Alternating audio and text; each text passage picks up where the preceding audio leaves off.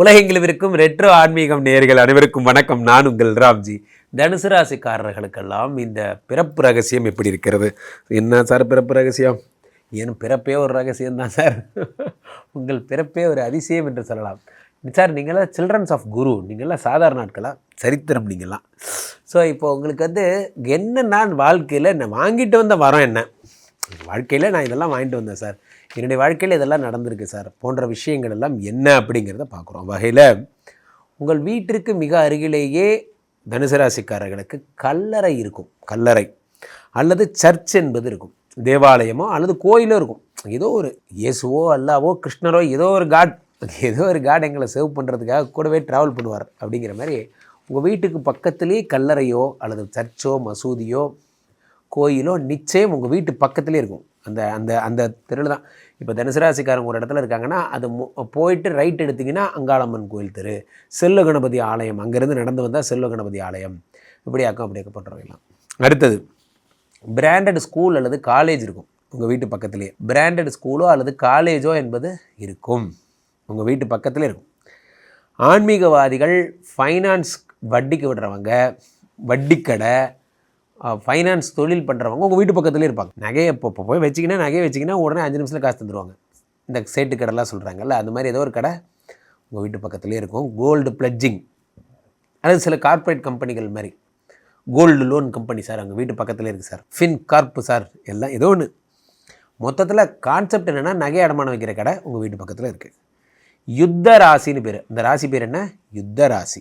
ஜிம்முக்கு போகிறது, அந்த ஜிம்மு உங்கள் வீட்டு பக்கத்துலேயே ஜிம் இருக்கிறது. ஆயுத தொழிற்சாலை உங்கள் வீட்டு பக்கத்துலேயே இருக்கும். ஆயுத தொழிற்சாலை. ஜிம்முக்கு போகிறது உங்கள் வீட்டு பக்கத்துலேயே இருக்கும். அதாவது எப்படி சொல்கிறது, கராத்தே சொல்லித்தரது, சிலம்பம் சொல்லித்தரது, மான் கொம்பு, புலி ஆட்டம், மானாட்டம், அது மாதிரிலாம் வீரர்களுடைய விளையாட்டெல்லாம் உங்களுக்கு. தளவாடங்கள் பண்ணுற இடம் உங்கள் வீட்டு பக்கத்துலேயே இருக்கும். தளவாடங்கள்னால் என்ன? தளவாடங்கள்னால் பீரங்கி தொழிற்சாலை, துப்பாக்கி தொழிற்சாலை, இதெல்லாம் உங்கள் வீட்டு பக்கத்துலேயே இருக்கும்.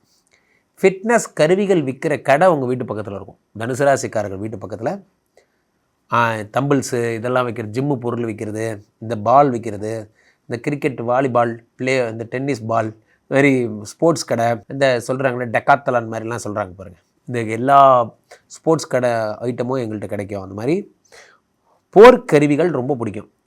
இந்த வால், ஆன்டிக் பொருட்கள், வீரவால், கட்டபொம்மன் பயன்படுத்திய வால், சிவாஜி அதெல்லாம் வச்சுருப்பாங்க. சில பேர் வீட்டில் பார்த்திங்கன்னா பாடம் பண்ணப்பட்ட மான், புலிலாம் வச்சுருப்பாங்க. புள்ளி மாப்பிள்ளை, புள்ளி எஸ்டிடின்னா வரலாறு தானே அப்படிங்கிற மாதிரி, அந்த மாதிரி சில அது மாதிரிலாம் இருக்கும். அவங்க வீட்டுக்குள்ளே போனால் சிறுத்தைலாம் நின்றுட்டுருக்கோம். அந்த மாதிரிலாம் அது பாடம் பண்ணது. எங்கள் தாத்தா வேட்டைக்காரரு, ஏதோ ஒரு படத்தில் ஒரு மாதிரி, உங்கள் தாத்தாக்கு அப்புறம் இந்த துப்பாக்கி சுட்டு நான் பார்த்ததே இல்லை அப்படிங்கிற மாதிரி. சில மதம் சார்ந்த ஸ்பிரிச்சுவல் குருமார்கள் கண்டிப்பாக உங்கள் வீட்டில் இருப்பாங்க. மதம் சார்ந்த ஸ்பிரிச்சுவல் குருமார்கள். எங்கள் மாமா தான் ப்ரீஸ்டாக இருக்கார், எங்கள் மாமா தான் கோயிலில் சாமியாடுறாரு, எங்கள் மாமா தான் இதாக இருக்கார், ஓதுறவராக இருக்கார், அந்த மாதிரிலாம். அவர்கிட்ட போனீங்கன்னா அந்த மாதிரி ஊதி விடுவார். பார்த்தீங்கன்னா குழந்தைக்கு உடம்பு சரியில்லைன்னா அவர்கிட்ட போய் தாயத்து பில்லை கட்டி விடுவார். அந்த மாதிரிலாம் ஏதோ ஒன்று சாமி அருள் புரிகிற விஷயம். டீச்சிங் பண்ணுறவங்க உங்கள் வீட்டு பக்கத்தில் இருப்பாங்க. தனுசு ராசிக்காரங்க வீட்டு பக்கத்தில் டீச்சிங் பண்ணுறவங்க இருப்பாங்க. நான்வெஜ் கடை உங்கள் வீட்டு பக்கத்தில் கண்டிப்பாக இருக்கும். நான்வெஜ் கடை என்ன சார், கோயில் இருக்குங்கிறீங்க, நான்வெஜ் கடை சார்? நம்ம ஊரில் மட்டும்தான் ஸ்கூல் இருக்கும். பக்கத்துலேயே என்ன இருக்கும்? சோமபானம், சுறாபானம்லாம் விற்பாங்க.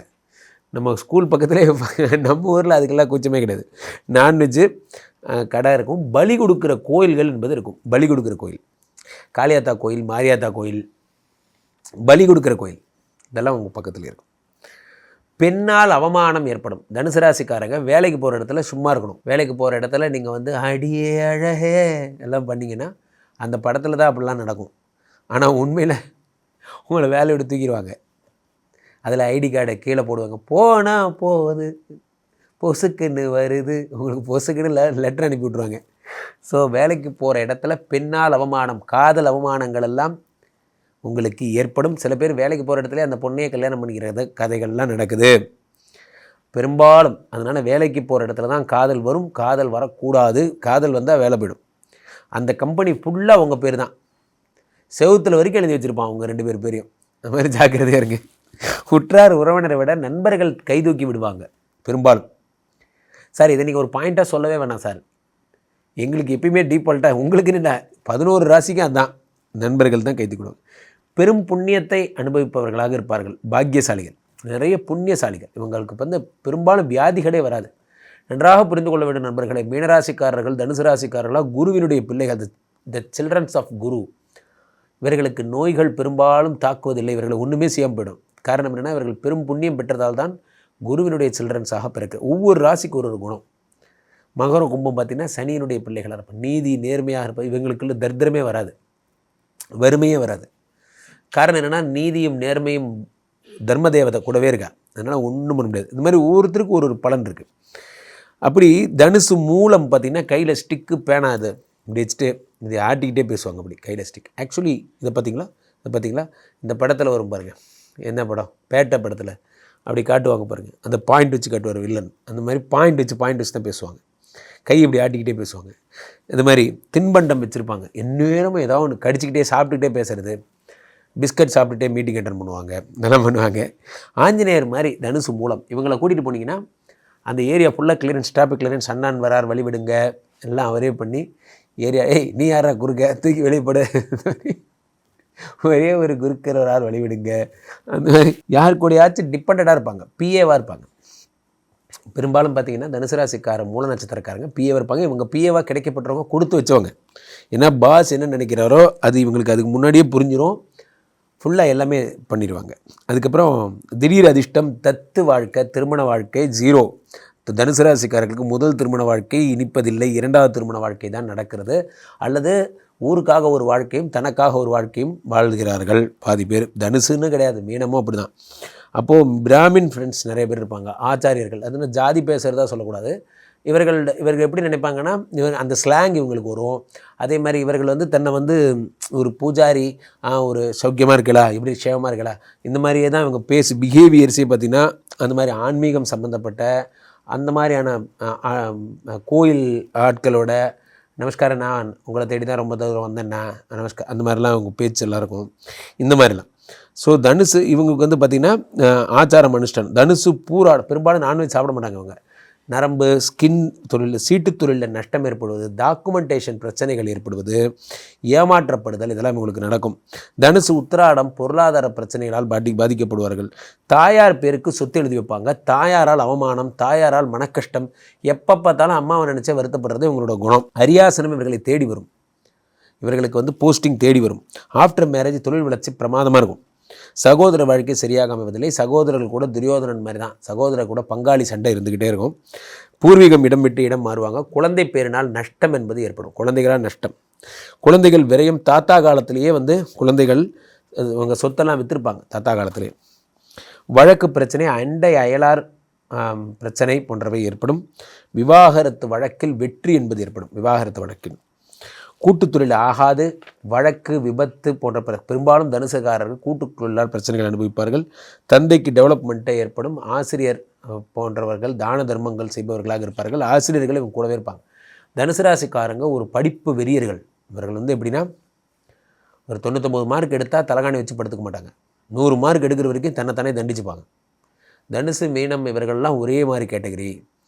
இவர்களை விட புத்திசாலின்னு யாரும் இருந்துடக்கூடாதுங்கிறதுல இவங்க ரொம்ப முனைப்பாக இருப்பாங்க. தான் அறிவுக்காக என்ன வேணால் செய்வாங்க. 2 நாள் உட்காந்து படித்தா தான் இது வரும்னா 2 நாள் உட்காந்து படிப்பாங்க. தலைகீழாக உட்காந்து படித்தா தான் வரும்னா தலைகீழாக உட்காந்து படிப்பாங்க.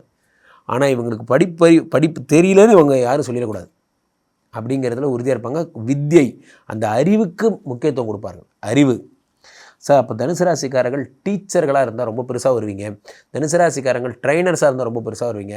யாருக்கா ஏதாவது சொல்லிக் கொடுக்குற மாதிரியான அமைப்புகள்லாம் வந்து ரொம்ப பெருசாக வருவீங்க. தனுசு ராசிக்காரர்கள் எதை செய்தாலும் அவர்கள் வந்து மற்றவர்களுக்கு பயனுடைய மாதிரியே செய்வாங்க. நான் சொன்னால் கேளு, என் வாழ்க்கையில் நான் அனுபவிச்சதை சொல்கிறேன் கேளு, நான் இப்படி பண்ணக்கூடாது அப்படி பண்ண அட்வைஸ் பண்ணிகிட்டே இருப்பாங்க. அதான் சொன்னேன், தனுசு மீனம் இவர்களுக்கெல்லாம் இப்போ இருக்க ப்ராப்ளமே என்னென்னா, சும்மா யாராவது நடந்து போய்ட்டு இருந்தால் அவனை கூப்பிட்டு வச்சு உட்கார வச்சு அட்வைஸ் பண்ணி அவனுக்கு குழப்பி விட்டுருவாங்க. 1 மணி நேரம் அவன் வேறு அவன் ஏதோ உடம்பு சரியில்லைன்னு போயிட்டு இருந்தான், அவனை கூப்பிட்டு வச்சு மகாபாரதம், ராமாயணம்லாம் சொல்லிக் கொடுப்பாங்க. இவங்களால் சொல்லிக் கொடுக்காமல் இருக்க முடியாது. இவங்களை யாராவது கட்டி போட்டால் கூட கட்டை அவுத்துட்டு வந்து யாருக்காவது சொல்லிக் கொடுப்பாங்க, சொல்லி கொடுத்துட்டே இருப்பாங்க. முரட்ட ஆசிரியர்கள் இவர்கள் குருவாக வாய்க்கப்பட்டவர்கள் பாக்கியவான்கள். அவனுக்கு அறிவு வர்ற வரைக்கும் இவர்கள் கஷ்டப்படுவாங்க. இப்போ சிஷ்யனுக்காக இவங்க அசைன்மெண்ட்லாம் எழுதுவாங்க, அந்த மாதிரிலாம் பண்ணுவாங்க. இவங்க நோக்கம் என்ன, விட்றா எனக்கு இது வரலடா, அது எப்படி உனக்கு வராமல் போகும், நான் உனக்கு சொல்லிக் கொடுத்தே தீர்வேன்னு சொல்லிக் கொடுப்பாங்க. அந்த மாதிரி தனுசு ராசிக்காரர்கள் படிப்பாளிகள். ஸோ இப்போ நான் சொன்னதெல்லாம் தான் உங்கள் வாழ்க்கை நடந்திருக்கும். பெரும்பாலும் அப்பாவால் சந்தோஷம் இல்லை, முதல் திருமணத்தால் மகிழ்ச்சி இல்லை. கீழே போயிட்டு இந்த 2 நம்பரை கூப்பிடுங்க, உங்களோட சொந்த ஜாதகத்தை பார்த்து கொள்ளுங்கள். உலக புகழ் வாய்ந்த நமது ஸ்ரீமடத்திலே, ஸ்ரீமடம்னா தலைமை சாத்தன் மடம்னா அது இதுதான். அது என்ன தலைமை சாத்தன்? 5-6 அடி உயர விஷ்ணுமாயா கல் ரூபமாக இங்கே மட்டும்தான் இருக்கார், வேறு எங்கேயுமே கிடையாது. ரொம்ப கஷ்டம். அவரை வச்சு அவர் இங்கே தான் அனுகிரகிக்கிறார். வருபவருக்கெல்லாம் வாரி வாரி வசந்தங்களை செல்வங்களை வாரி வழங்குகிறார். அந்த விஷ்ணுமாயாவுக்குரிய ஒரே இடம் இந்த தலைமை சாத்தன் மடம். இங்கே இவர் எடுக்கிறது தான் முடிவு, மற்றதெல்லாம் அப்புறம்தான். இதனுடைய பெருமை நிறைய பேருக்கு தெரியறதில்லை, இப்போ தான் சொல்ல ஆரம்பிச்சிருக்கோம். ஏதேனும் பிரச்சனைகள் என்றால் ஸ்ரீமடத்திற்கு வாருங்கள், உங்கள் பிரச்சனைகள் தீர்ந்து சந்தோஷமாக போங்க. மீண்டும் ஒரு நல்ல பதிவில் சந்திப்போம். நன்றி, வணக்கம்.